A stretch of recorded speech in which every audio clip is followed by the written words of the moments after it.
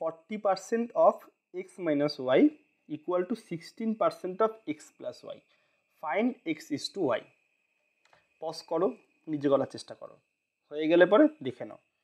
40% of x minus y মানে x minus y এর 40% মানে ইন্টু 40/100, তাই তো?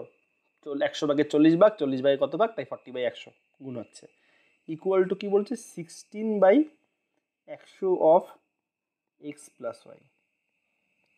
ব্যাস, এটা সমাধান করে এক্স আর ওয়াই এর ভ্যালু, এক্স বাই ওয়াই এর ভ্যালু বার করতে হবে। তাহলে 16 কেটে গেল, 8 দিয়ে কাটলে 8 দুগুণে 16, 5 40।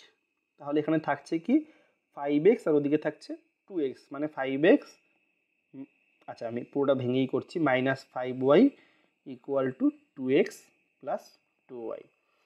আচ্ছা 5x মানে 3x আর এদিকে কি থাকবে 7y। তাহলে x বাই ওয়াই কত, x বাই ওয়াই মানে 7/3, উল্টে গেল।